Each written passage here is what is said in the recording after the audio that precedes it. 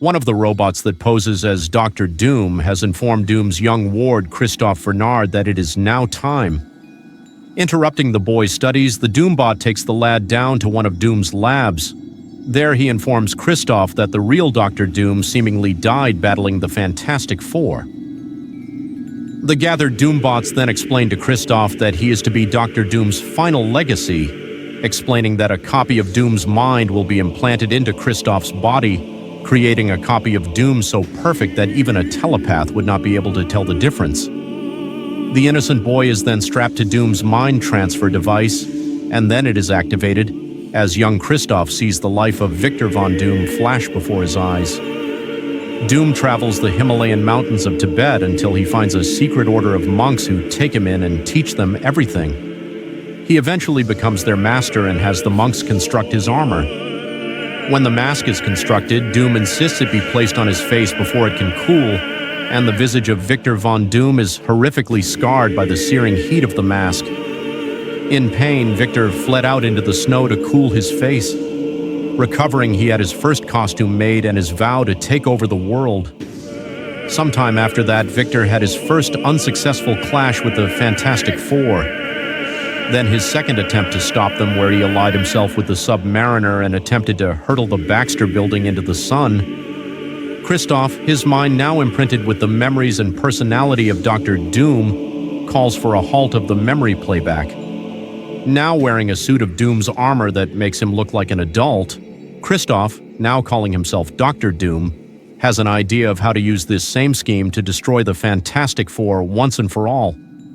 In New York City, Johnny and Alicia are walking through Times Square. Along a fence, Johnny notices a poster advertising Reverend Thomas Scott Harmon's prayer meeting for racial equality. He is shocked to see that someone has defaced the posters by placing banners over them with derogatory slurs. Disgusted by what he is reading, Johnny explains what he has seen to Alicia, then spots the man vandalizing the posters. When Johnny turns the person around, he is shocked to see that it's actually a young boy, and worse, a fan of the Human Torch. When Johnny asks what he's doing, the young man begins to talk about a man named Mr. Unger, who has been teaching the boy that the only way to achieve peace is to acknowledge hatred. The boy then hands Johnny a pamphlet on hate and starts spouting racist ideals about white supremacy. Johnny hears enough and tells the kid to get lost, sending the racist bigot off with a kick in the butt to see him off. Then, using his flame powers, Johnny burns off the racial slurs from the posters before deciding to walk Alicia home instead of going on their date. As young Johnny Storm leads his blind girlfriend on, they are unaware that a mysterious figure is watching and pleased that his plan is coming to fruition, a plan that will see the annihilation of all mankind.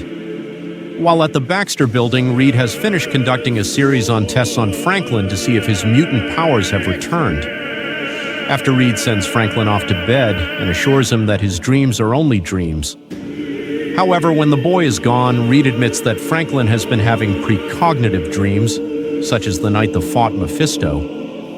When Sue begins to worry that they will never have a normal life, Reed tries to comfort her but can only assure her of the reality of their lives in the Fantastic Four.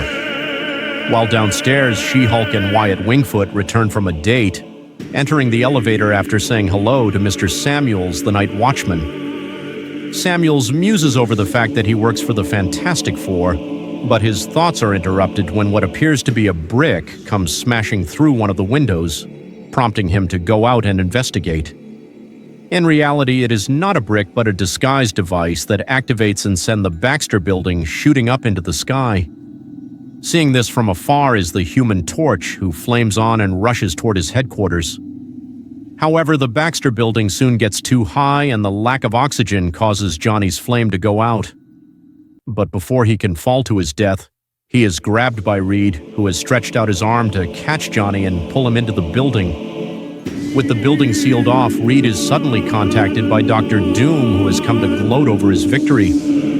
Although he concedes that this is not an original scheme, Doom still believes that he has finally made a plan that will see the destruction of the Fantastic Four. Pressing a button on his control panel, Doom causes the Baxter building to explode just outside of Earth orbit.